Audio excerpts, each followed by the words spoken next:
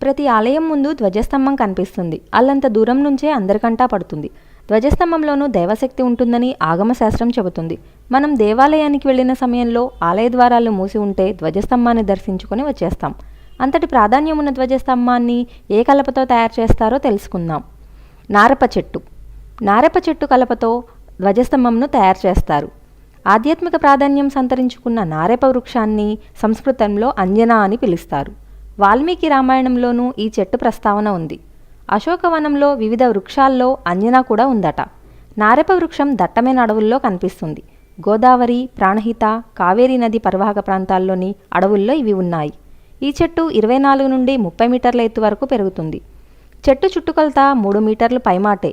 ఈ చెట్టు తక్కువ కొమ్మలతో నిటారుగా పెరుగుతుంది. కాండం చాలా గట్టిగా ఉంటుంది. దీనిని యంత్రాల సహాయంతో కోయడం